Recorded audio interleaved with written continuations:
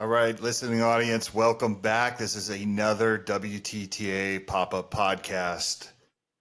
Thank you for tuning in. Today I'm joined again by my co-host Kevin Barry. How are you, sir? Doing good. Long time no see.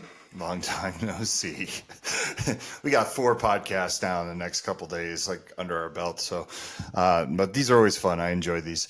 And our guest today is somebody who means a lot to me. Somebody I think is super important in the firearms community, for the firearms community. As a matter of fact, sir, when I met you, I thought you were a breath of fresh air. You are a 2A advocate, a firearms instructor. You run Aiming for the Truth and No Other Choice training. I mean, what more can we say about you? Kevin Dixie, how are you, sir? I'm good, Mike. I appreciate the kind intro, man. You were a breath of fresh air as well from a lot of individuals I met on a professional level. Glad to see that it turned personal real quick.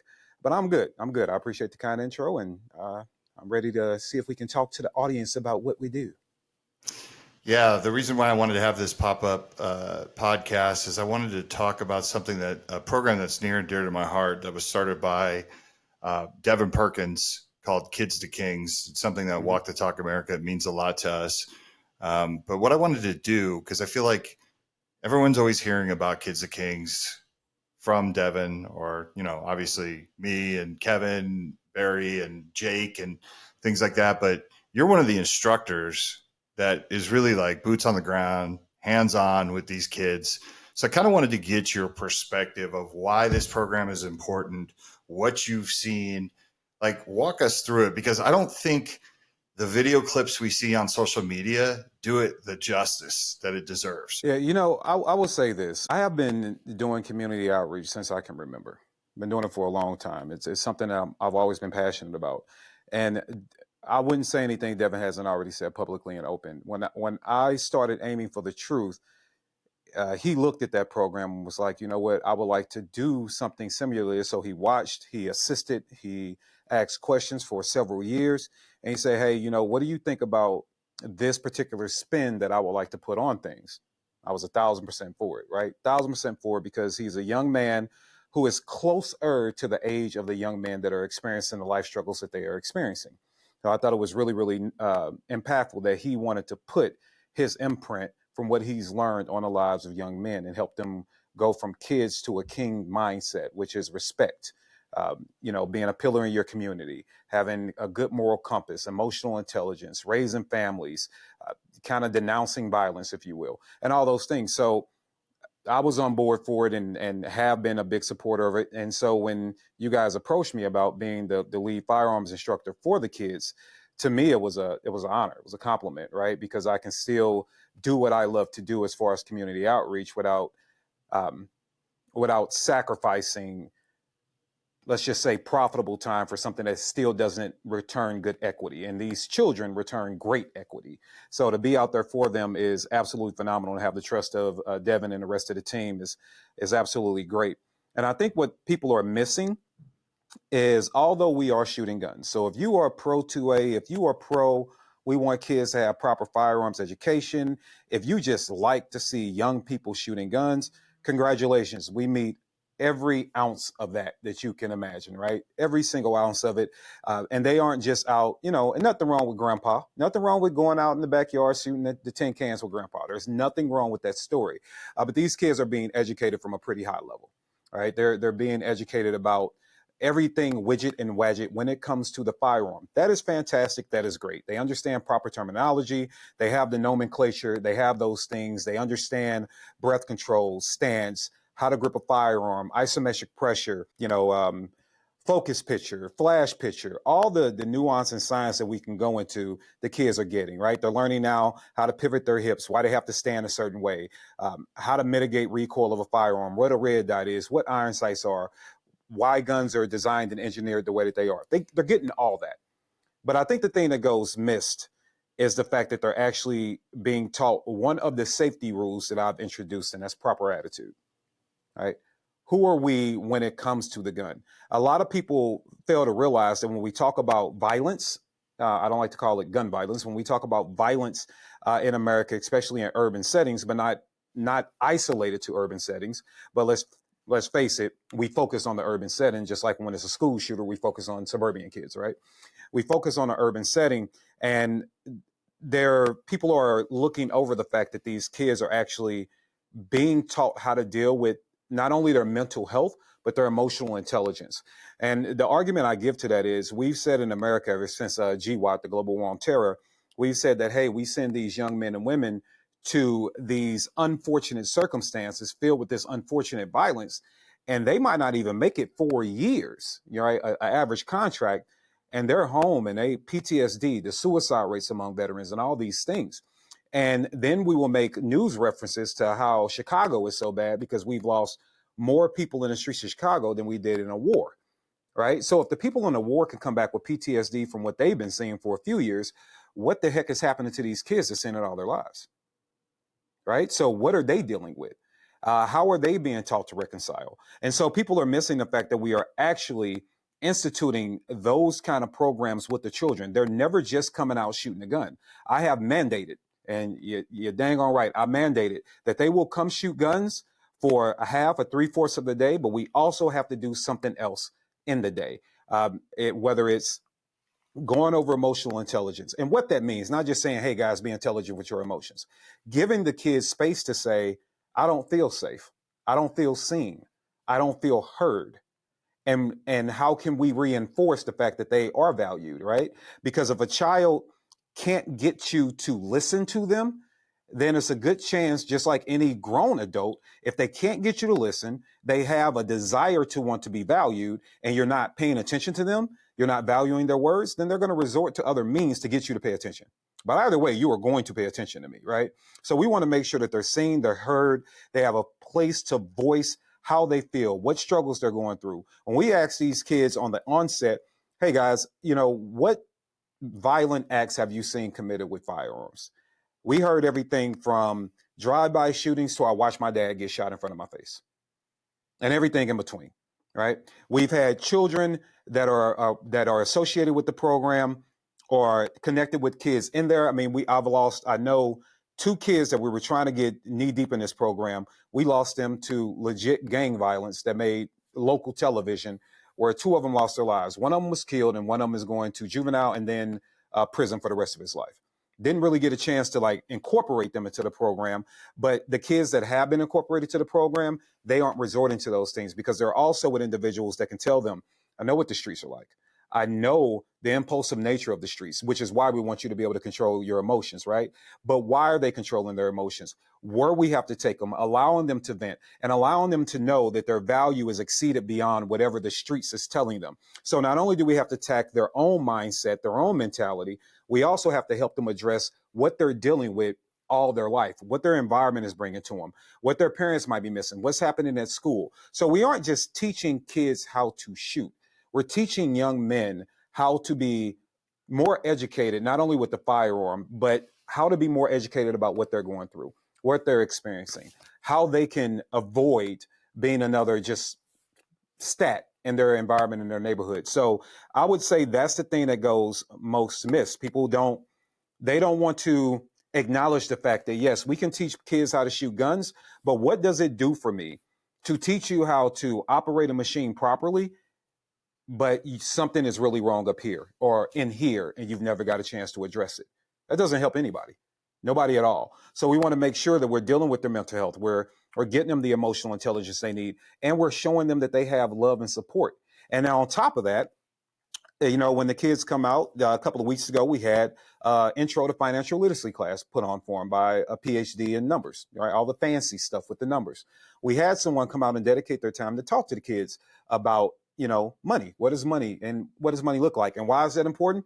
Because look at the reasons that a lot of young adults, or even adults, period, are committing some of the things they're committing. A lot of it is revolving around finances. If people lose everything that they have financially, mental health is right at risk, right? So we're teaching them about numbers and money so they understand that from an early age. So they know, oh, I'm shooting. Oh, these guys are really helping me out with being heard, being seen, any kind of mental struggles or emotional struggles I might have, but I'm also learning skills. So I'm learning how to read and write and comprehend things better outside of the classroom. I'm learning about money. Last week, they got a chance to Cerakote guns. That was the soft skill for the day. They got a chance to learn how to, well, not Cerakote, rattle can firearms.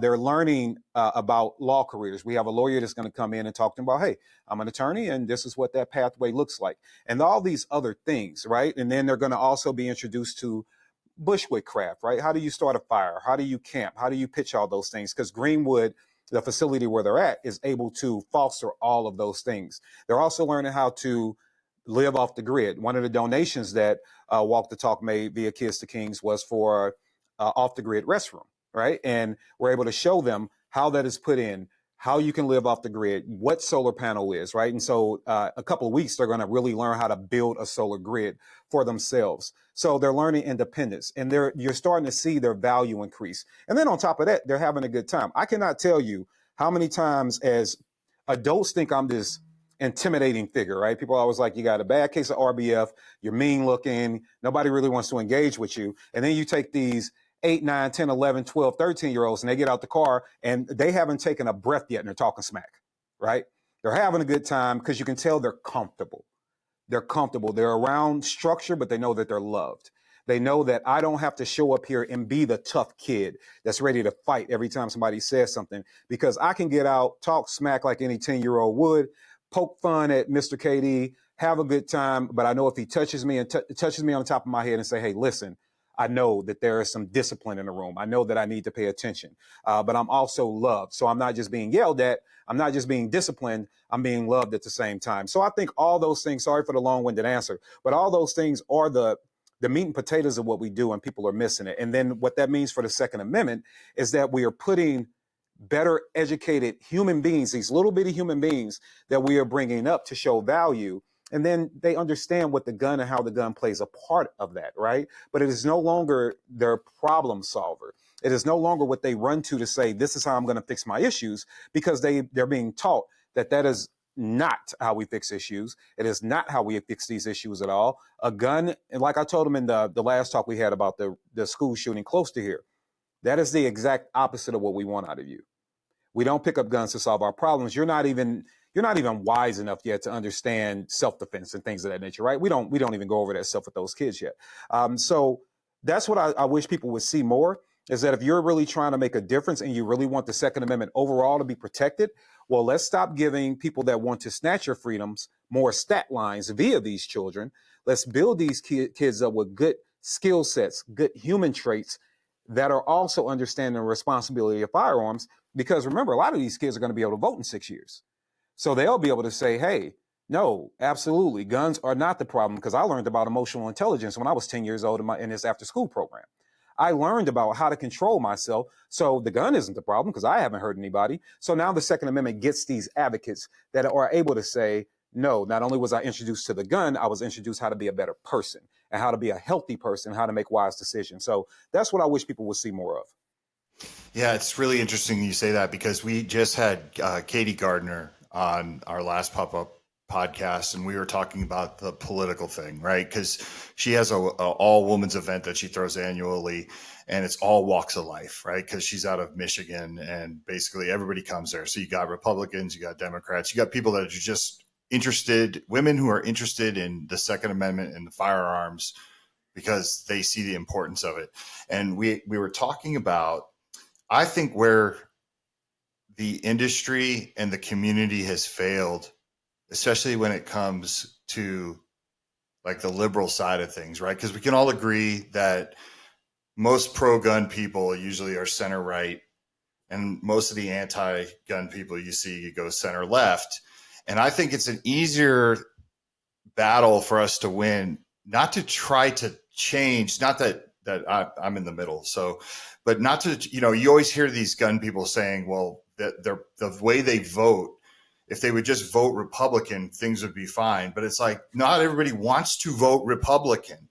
But I think we have a much easier battle if we make people understand that the Second Amendment is not an issue, and you have liberals talking to liberals, creating force multipliers out there, taking the meetings with the politicians, saying, no, this is an issue that needs to be thrown out of what you're saying.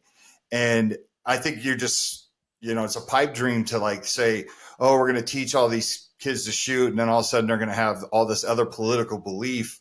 No, you gotta attack the main issue. The issue is Second Amendment rights, and it shouldn't be political. Everybody should be entitled to it.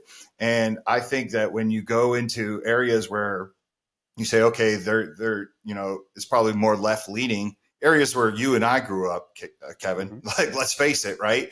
And I've heard you say it in the past, like, to think that we're not surrounded by that, we're not leaving our neighborhoods, we're not abandoning the people we grew up with. That's never going to happen. So we have to play with other people's ideas when it comes to the Second Amendment in a nice manner.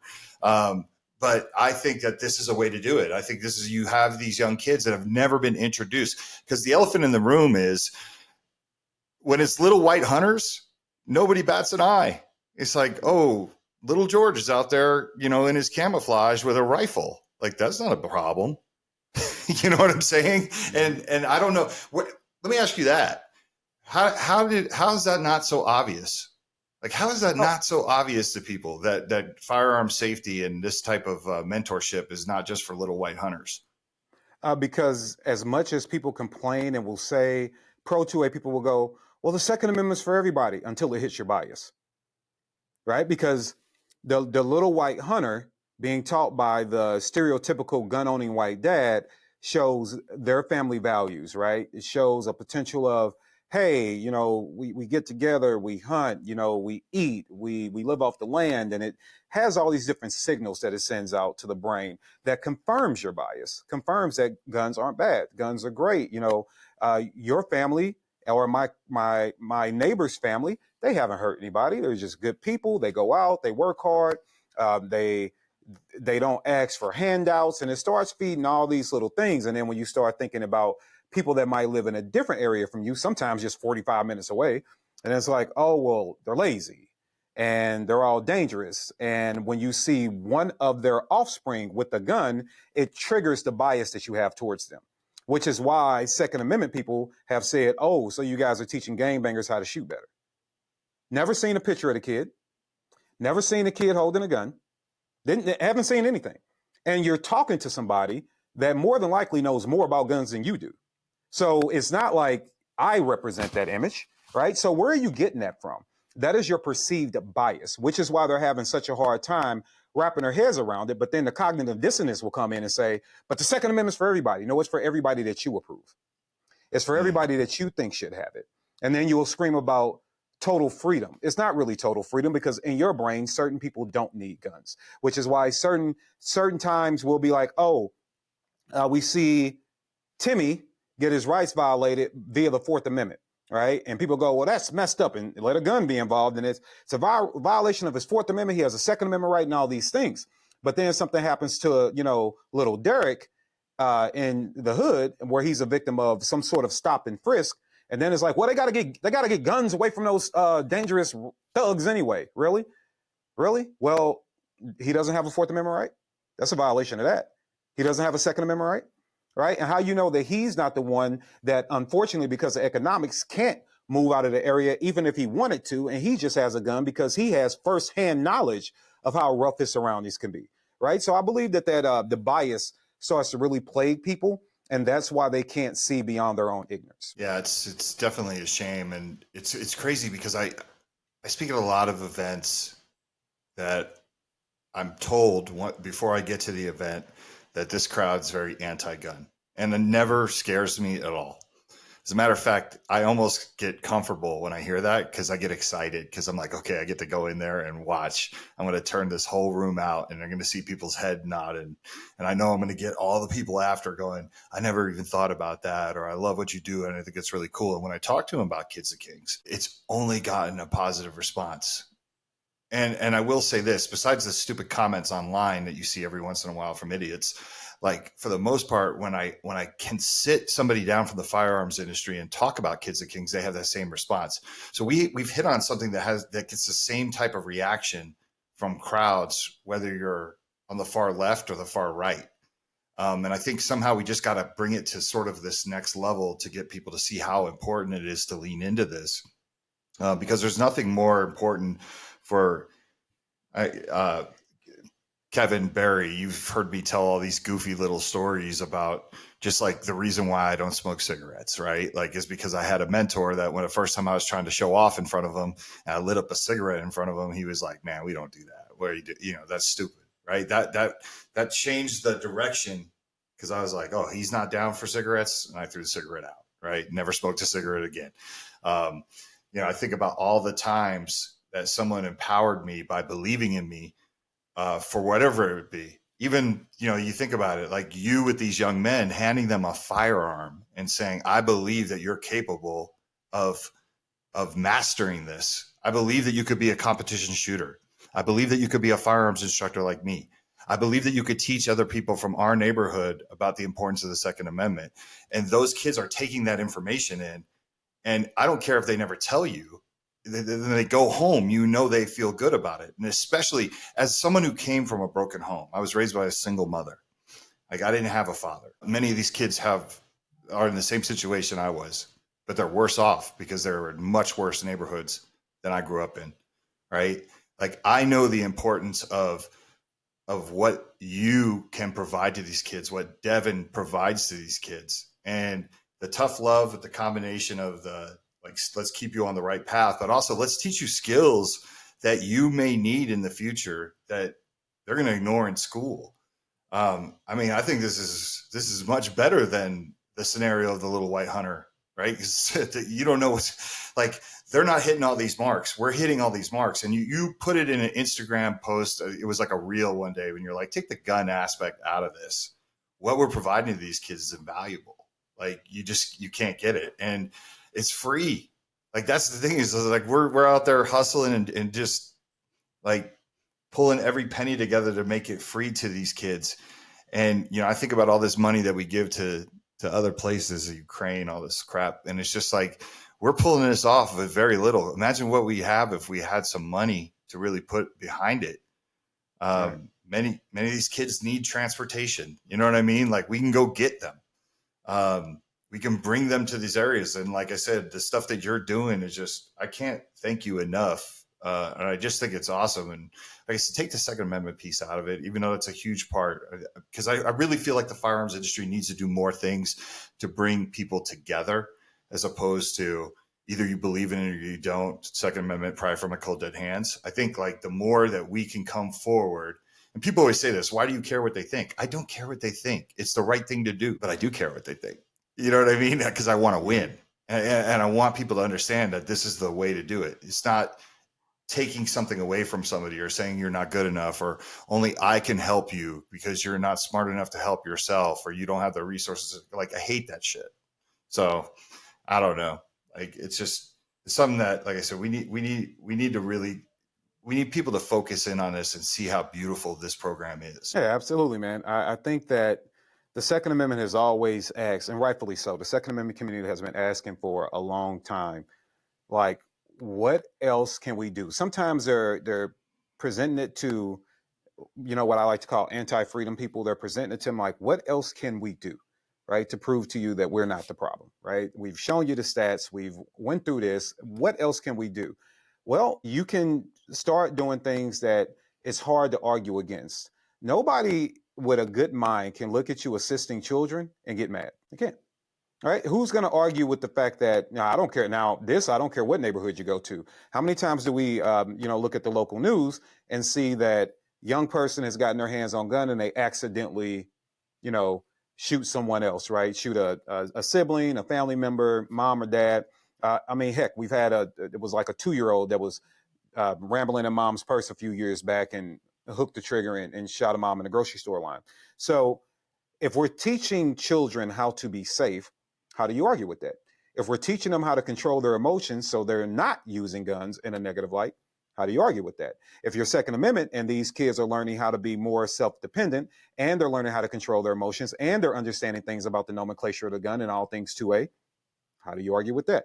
So you put people in a position, to your point, where they can't argue. The Second Amendment community, though, needs to be a little bit better at realizing that what you are asking for is in front of you. Will you back it, or are you going to hide behind your bias or your laziness? And what I mean by that is, I said this years and years ago. I'm gun control's worst nightmare because I'm the inconvenient Black truth. And I absolutely mean that. Right? I don't get in as many anti-gun debates as people would think. I don't, because normally when I talk, people are like, yep, not going to lose that one. Because they're like, how do I argue that, right? What do you really say back against that? So when it comes to helping out the same kids that were in the position I was in, I know firsthand that if you want to have somebody with a different voice and have somebody with a different angle and have somebody with a different lived life experience that can help you, these kids are the way. Plus, you get to help them. Because think about it. If you are from rural Pennsylvania and you're yelling at someone who has control or lives in an urban environment about guns, right? Yeah, they should be pro-gun. They should be this. They should be that. And you're trying to get them to change their mind. You don't necessarily speak the same language as them. No differently than when somebody's saying 1776. Well, depending on who you're talking to, we tell people, know your history, understand, read, and research. Well, cool, man. Well, in 1776, Black people weren't free. So why would I tie into the freedom of the rest of America when I wasn't free? You don't understand how to communicate with the person you're trying to reach. There's a different way of trying to reach them, things they will more likely latch onto. So who's going to be better at that? Somebody from rural Pennsylvania or a kid who grew up in the midst of everything, but also has had a better education about not only themselves, but about the gun and has been shooting for a while. They're going to be able to take their environmental exposure, their expertise in their environment, plus what they've been coupled with when it comes to responsible gun ownership, and kick your butt up and down the street every day of the week. Like those. So if you want to win, you gotta, I don't mean it as a Trojan horse in a negative light, but you definitely need to put advocates inside of the problem for they can fix it from the inside out. Right now, what you're doing is just throwing things because it sounds good. It sounds good to say monolab. It sounds good to say cold dead hands. All those things sound great. You're not winning anything with that, though.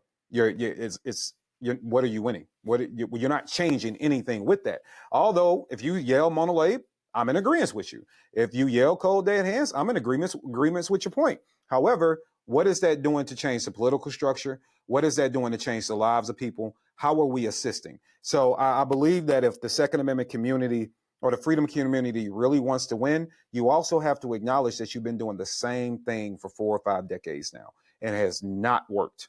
It has not worked. And you should absolutely take advantage of the fact that you have professionals that are willing to educate you on ways that are different, that help human beings, that help your fellow American, first of all, helps them. And then at the same time will help your point about maintaining and expanding freedom, because I really don't think people understand the kind of expertise that exists in Walk the Talk and Kids to Kings.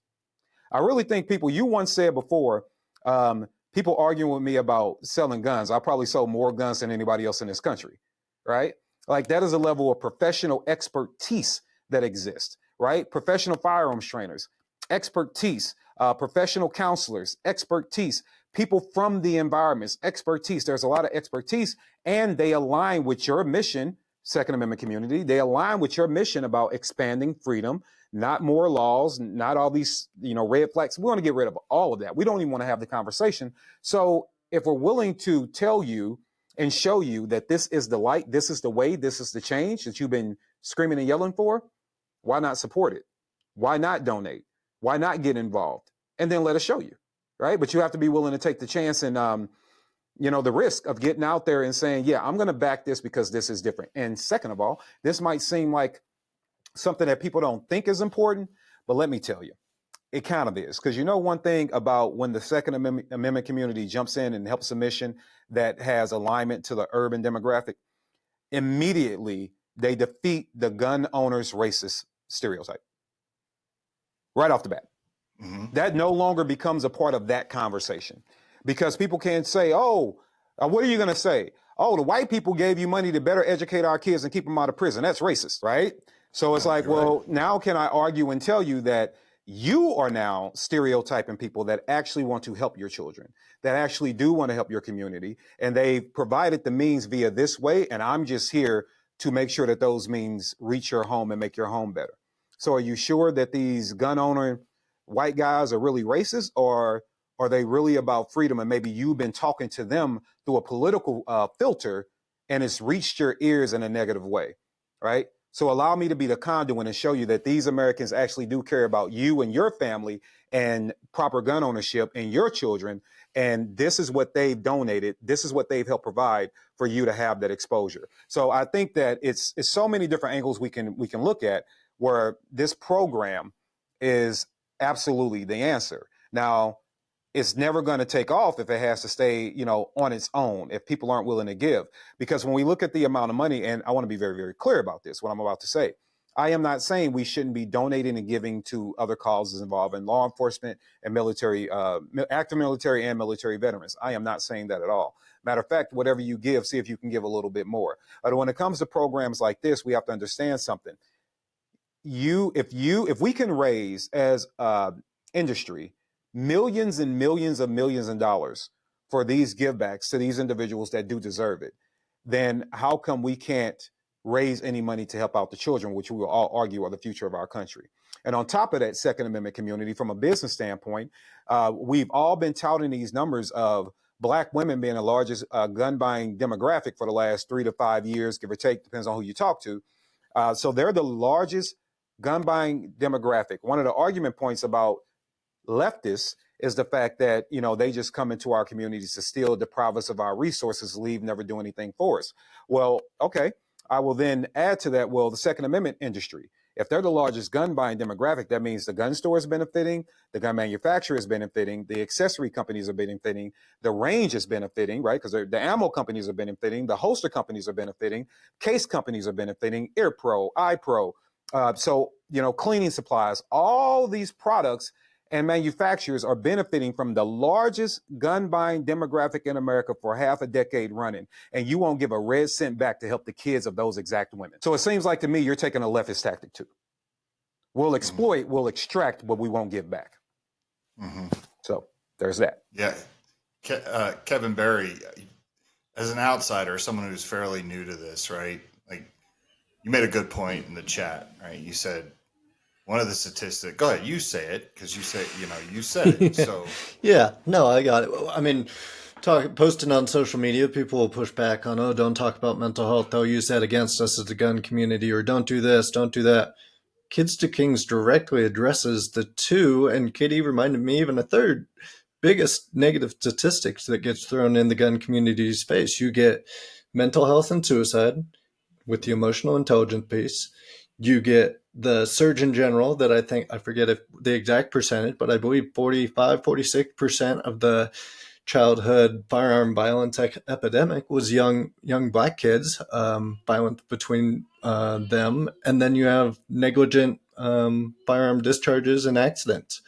This program directly addresses all of them that can reduce that. Yeah, no, it's God, it's such a no-brainer. And I don't want to, I do want to give credit to, because I'm going to say it because I like to say things, and I really don't, I'm not at this point in my life where I don't really have to hold my tongue, but I was really proud of Arms Corps and Davidson's and Ruger, because when I went to ask them for help for this, I told them exactly what I wanted to use it for. And they were like, oh, yeah, any way we can help, right? And we need way more help than them. Like, it can't just be them. But I was proud because it's like the first time, like, I was just like, yeah, I just said it was literally for this, like, inner city youth program to bring young shooters up, these young men that, never get exposed to firearms in any way, but usually a negative way, right? A negative light. And they did it. And, there was something cool about that to me, because I agree with you, KD. Like, I've thought in my head about it a lot. People always say that we're racist, and I think they're right sometimes. I think there is a lot of that old guard still hanging on to the firearms industry, but I think it's getting better. It's got a long way to go, but like I said, these are my peers. The owner of Arms Corps, Brian Tucker from Davidson's, Chris Kalloy from Ruger, and they didn't even bat an eye. They were just like, yeah, what do you need? Let's go. But I need more companies to do that. If it's not going to be a financial donation, send the products. You know what I mean? We need it. Mm-hmm. We need as much as we can put in their face, right? Yeah, I would say, and even though it wasn't directly through Kids to Kings, the Greenwood Project, where the kids are, running around shooting and getting a lot of the tutelage and education, uh, that project through Aiming for the Truth, which obviously is supporting Walk the Talk and Kids to Kings and working in conjunction with them, I'm going to take this opportunity to give my heart, and I can't come up with enough words to thank the individuals at Brownells and the United States Concealed Carry Association, USCCA. Those are two organizations that right off the bat, I mean, they made me put it on paper, and I have no problem with that. But they looked at it, they were like, hey, you know what? If this is going to better Americans, if you're going to also be helping out these kids that nobody else can reach, if you are going to be making our children, better, more well educated, understanding the Second Amendment, they have a safe place to come do so, and every other program you want to run and families can come out and they can all participate, we're 1,000% behind it. So if it wasn't for the USCCA and Brownells, Greenwood would not be standing now. And then thus I wouldn't have a place for the Kids to Kings program to operate without interference. So I want to make sure I give love to them too, because you're right. As much as we have to still push back about the individuals or organizations or companies that aren't doing anything, I want to make sure we highlight and give good energy and love to individuals that are, because they do deserve that credit. Arms Corps, Davidson's, Ruger, USCCA, Brownells. I know those organizations have stepped up, made a difference. And, every time I talk to them, you don't have to ask me to promote those products, because everybody I encounter, but I'm not promoting them because, oh, I want some kind of commission from it. I'm doing it because these are companies that believe in these American values and believe in helping these Americans that are in, I mean, sometimes war zones, that are wanting to make sure that they have an opportunity to not only understand guns, but to become better human beings, better young men and women. So I would like to give a kind word out to them as well, and to trust in me. And I think that other companies should realize, like, this is, if you want to make a change, make a change. And then imagine it for yourself, right? If you're thrown into a lawsuit, let's say, right? And they're like, okay, your gun is responsible for doing this, and all you guys do is market violence to children through your advertisement, which I know was a real court case that happened. Imagine if your attorney is able to say, yeah, okay, well, if you're going to say that, why don't you talk about all the support that we sent out to these young people to be better educated, to have better mental health, right? While you're talking about we don't address the issues, we're absolutely addressing the issues. We're working with kids to reduce violence. We're doing all these things. Our products are being used, and they are highlighting children using them in the proper way. The adults are using them in the proper way. They're talking about making sure that, hey, these aren't used to solve your problems. These are great sporting tools for you right now. And all these different things, all this social equity that you can get back to even use in a situation like that. So it really amazes me that, and look, it's like counting another man's pockets. I mean, spend the money where you spend your money, but when you come and complain, but you bought a $150,000 booth at SHOT Show, but you can't come up with 15 grand to give out to your future customer to help them and better their lives. I mean, man, I got to kind of look at you a little bit different. For gun rights organizations that are like, yeah, we want to fight, do this and that. And you're like, well, we're nonprofit, so we don't have any money to give back. But I see you throwing $50,000, $100 grand to sponsor, a YouTube channel. Then I'm I got to kind of look and question exactly what your motives are, and just what kind of situation you really are in versus what you aren't. So and you can't force, I don't want to force anybody to do the right thing, right? You should just want to do it. But we have to be able to call out the hypocrisy when we see it. So if you want to change America, you have to change America from within. If you want people to stop throwing gun laws on the table, we have to start giving them less stats to utilize, right? And let's create intelligent and informed advocates at the same time, because these are going to be the individuals that in a few short years are going to be speaking up, right? So I think that the gun industry needs to own that. You can hide behind it all you want to. You can say, oh, we don't have the disposable income. But once again, when I see that you're floating money here and you're floating money there, and you're spending $250,000 on a range day, just say that you don't want to do it. Just say that. I'll respect that better. Right. And I'm not telling anybody how to run their marketing campaigns, how to invest their fund. It's your money. You worked hard for it. I get that. But when you're complaining about, yeah, we want to stop these kind of movements in America, but you won't assist and fuel. You even said you don't have to send money. If all you have is product that we don't have to go spend money on, great. Provide the awesome, cool. And then you say, well, we don't have the product. You don't? Because I promise you that there are 20 YouTubers that have your product right now, but you can send 2 of them for the kids. Just say Right. you don't want to help. Be honest. Kevin, you got something for us? So I was replying in the chat. Katie, I think Mike and I, we get in these meetings and there's maybe a lot of excitement about something that would be like groundbreaking. I don't want to put the specific one on blast, but maybe it gets down the line. We've worked countless weeks and Weagle shuts it down at the last moment. What would you say to some organization that's interested in Kids to Kings, agrees with everything that you're kind of saying, but they don't want to be the leaders to take the risk and are hoping other organizations step forward to be the first ones to donate, and they'll maybe catch on later? Why is that the wrong line of thinking?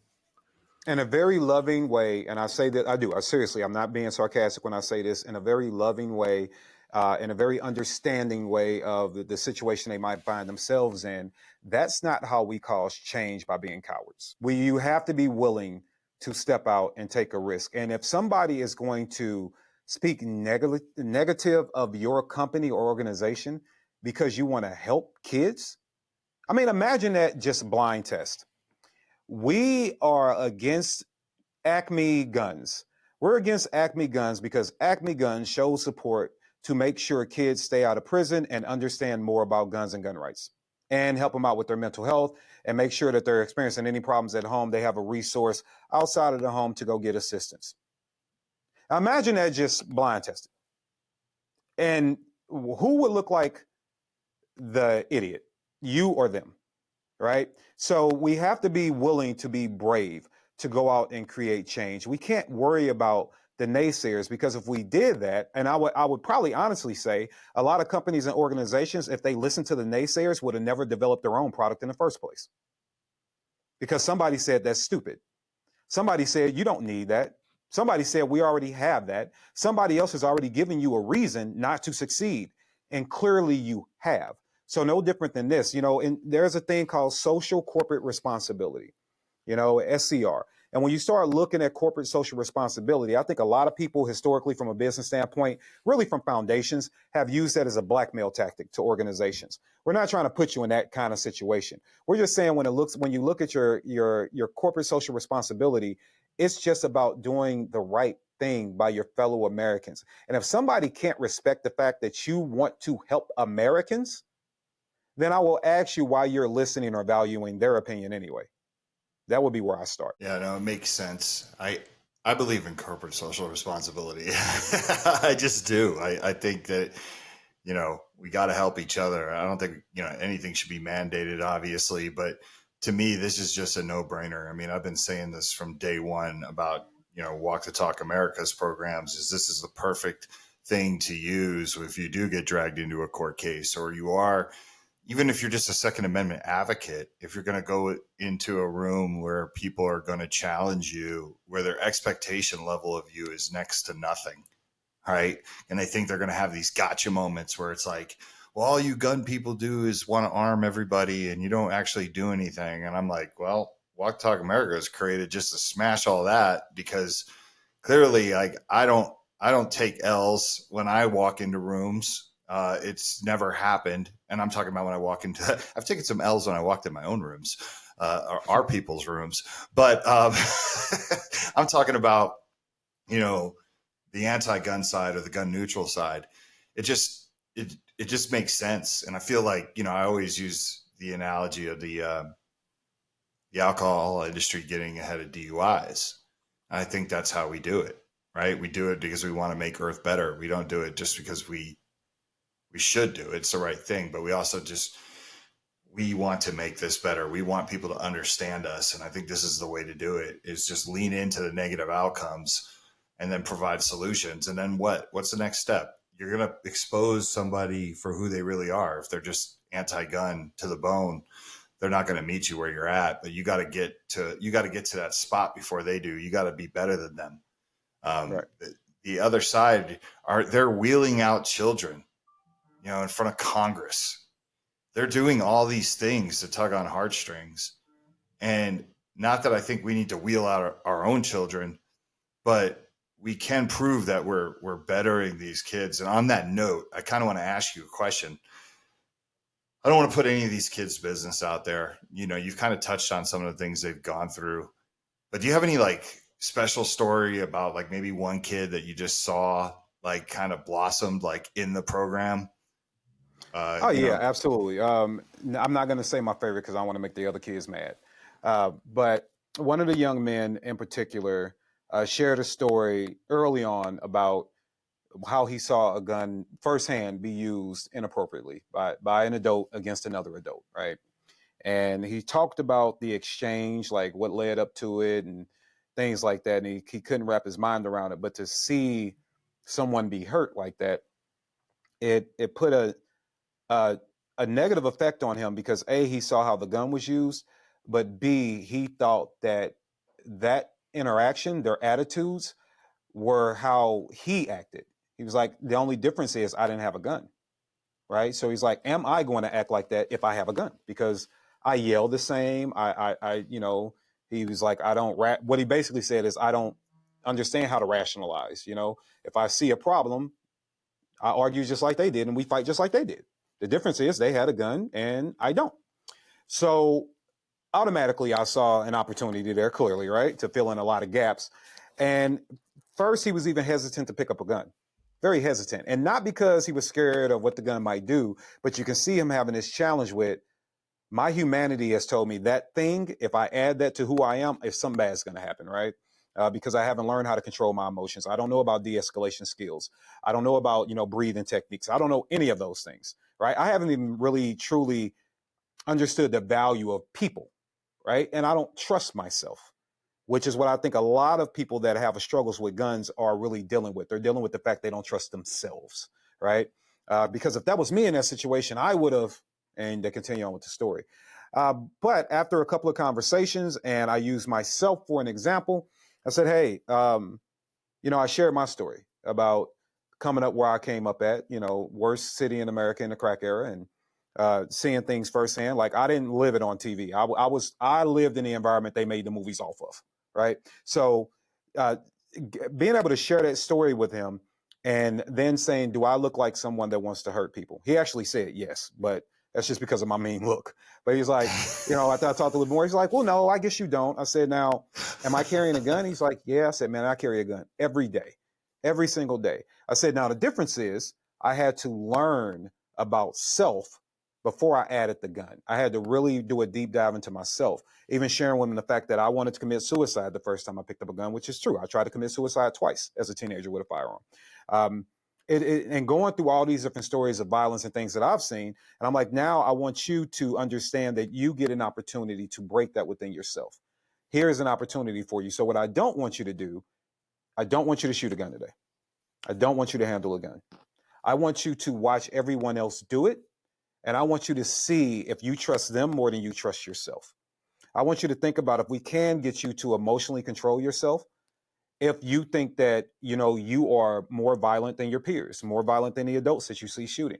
So I want you to sit down and think about that. And he was a little mad at first because he's like, "No, I don't get to have fun because I was being honest." Like, no, it's not that. It's not a punishment.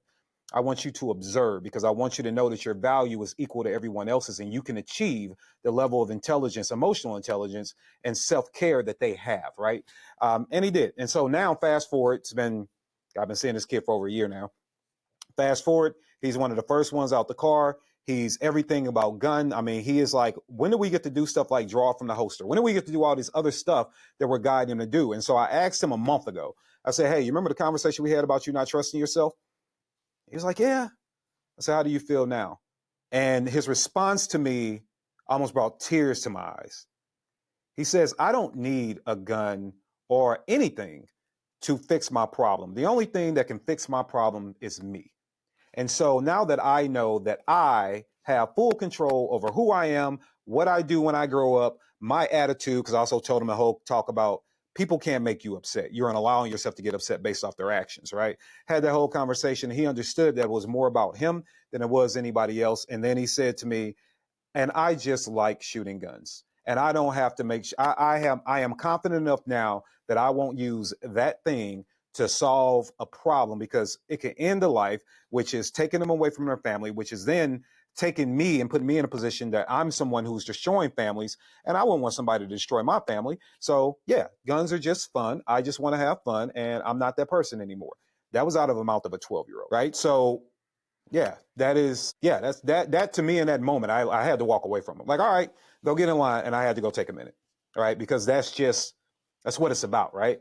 And now you see this kid out there just blasting, having a good time. Like when he picks up a gun, now that particular kid, when he picks up a gun, and if he's on the line with another kid, it automatically is I can shoot better than you. Let's go, right? Like it's a competition in him, where at first it was like, I don't even trust myself to do it. Now he's seeing it as a sport. Let's compete. Let's see who's better, right? So, and to add in the fact that he gained tremendous emotional awareness and emotional intelligence. And that's just one. And I got plenty of more stories I could share. Yeah, no, that's great. That's exactly, I love hearing that. And you're not the only person he's going to say that to.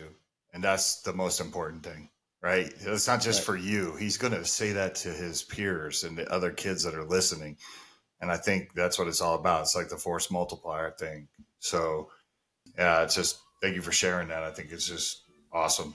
Like I said, I'm looking to get there in November for the next one. Oh, I got to hear the stories to you guys, but it's just something I'm always going to support. And you know me, like I know it's in good hands with you and Devin and the Gorillas and the Mist guys and everybody that's Jelani and everybody that is there. I know you guys actually care about these kids' well-being. And we're not getting any like hero awards for this stuff that we've done.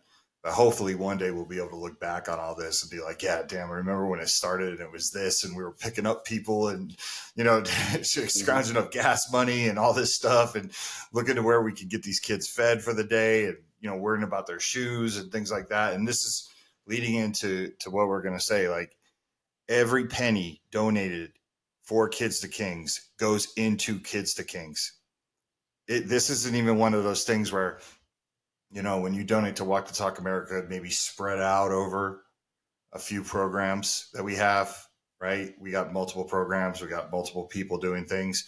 When someone donates and says, this is for Kids to Kings, Devin, everybody's notified that it came in and that's what's in, it gets added to the budget, 100% of it for whatever it is we need to do for these kids. So I just want people to understand that, to be very clear, that this is one of those things, because everyone always says, be careful who you donate to. You got to find out what percentage of the dollar is actually going to the actual program. When it comes in and you say Kids to Kings, 100% goes to Kids to Kings. Doesn't go to anything else, because guys like Kevin Dixie are out there doing this for free. Yep. So it is going to whatever they need to make this happen.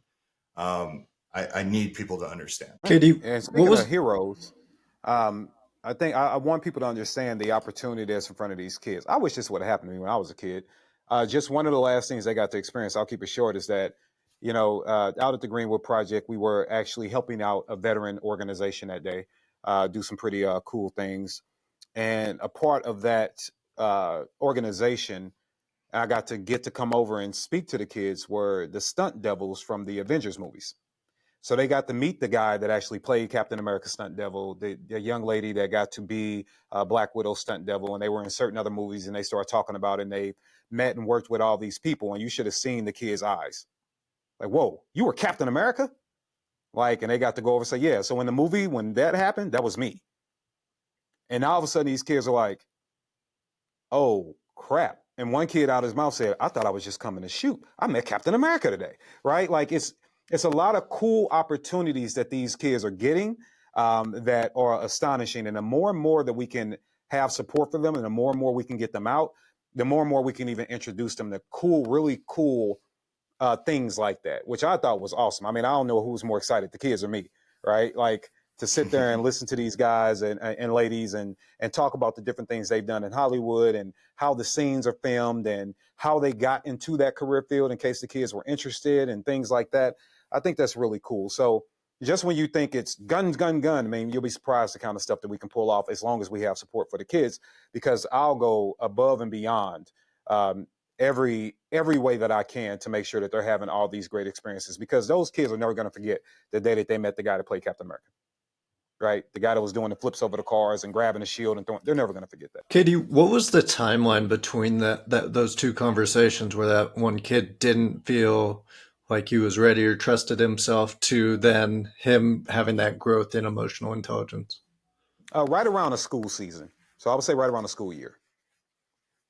Right around the school year. Might be a little bit short. It wasn't quite as long as the school year, but definitely somewhere between the 6 to 8 months. Yeah, speaking of like timelines and consistency, we're pretty much doing one event a month at this point. You know, how do you? What would you like to see if we had just an endless budget? Like we could just throw something to that. Like in your idea, because one of the things I want to do, and I've been pushing Devin for this, and he wrote a curriculum, but I want to take it to other cities as well. I mean, we've focused all of our energy in Atlanta, but it's made sense, right? Because we're like a group that's like honing our skills, right? Like let's do it there. You're providing the facility, and we have you there. We have the rest of the team there. Devin's in Colorado, but and I guess in the ideal world where you could ask anything, would you like to see this as like a weekend program or at least once a month, right?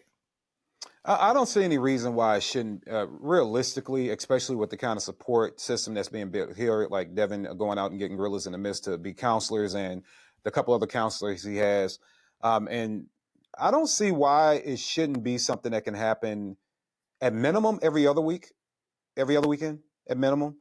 And obviously at maximum every weekend, because there are so many different things we can also do with the kids. Like I said, I'm a big fan of all things gun.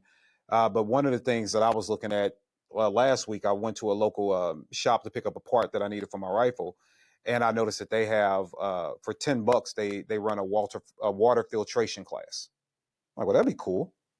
Kids get to come in and learn how to filter dirty water. That'd be cool. It's $10. Right? That kind of stuff would be cool. So there's so many different things we can do to get them out their environments and still get them around things that are 2A centric, right? Like medical, being able to live off the land and stuff like that to keep that going. But I would like to see them out every weekend.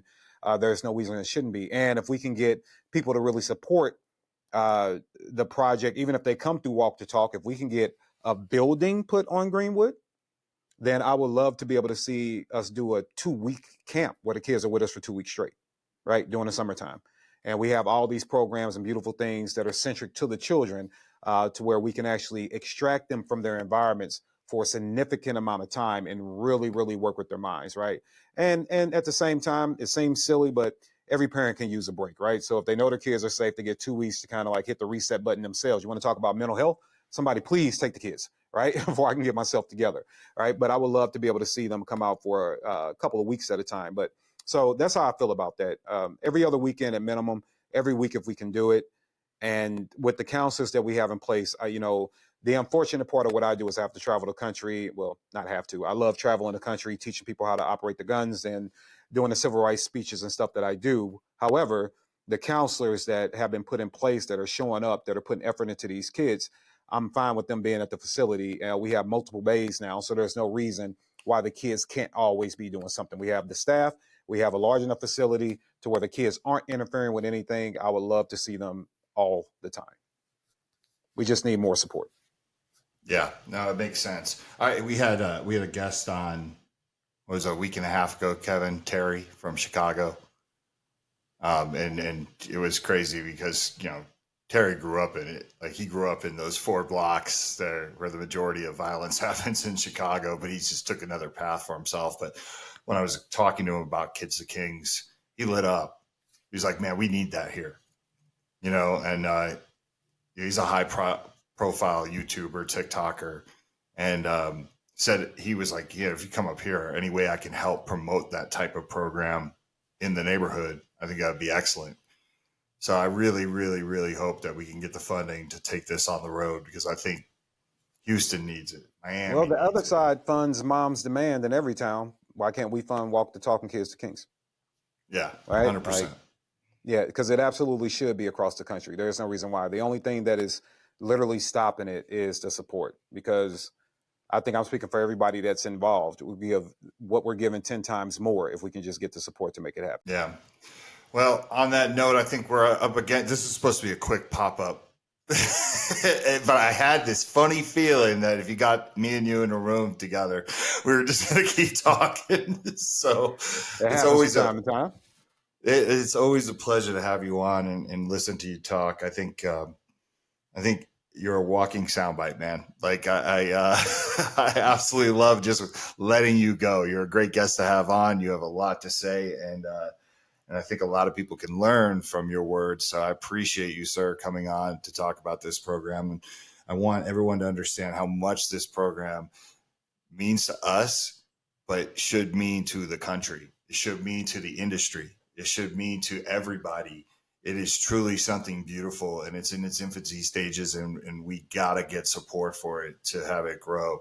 But it's the right thing to do. And honestly, it's one of the few, everybody I talk to, especially in mental health, they always say, "Oh yeah, well, there's a program like that in Denver," and then I start asking them about it, and I'm like, "No, it's not the same. That's not the same."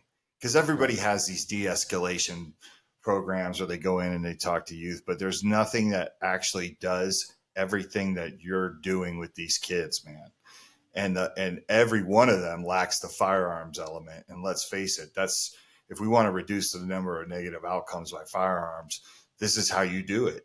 You address it and you teach them. So, like I said, I want to give you your flowers for everything you do for us, the industry, everybody. You know, anytime you want to come on here and talk about anything, there's always an open door. And thank you. No, man. Thank you. I appreciate the kind words as always, and I'm only in the company of people that are my moral equals. So, words go right back to you, and every Kevin, yourself included, everybody that's giving back to Kids to Kings and trying to make a difference in lives of good people. I think if we tap into the good moral compass of more people and are willing to accept it, I think that we can absolutely make a great change in the country. So I'm proud just to be a small pebble in the mountain, man. Whatever I can do. Yeah, no, and I want Kevin, Mr. Barry, I want to give you your credit. He is responsible for the logo. Ah, And you did that way before your total involvement in Walk the Talk America.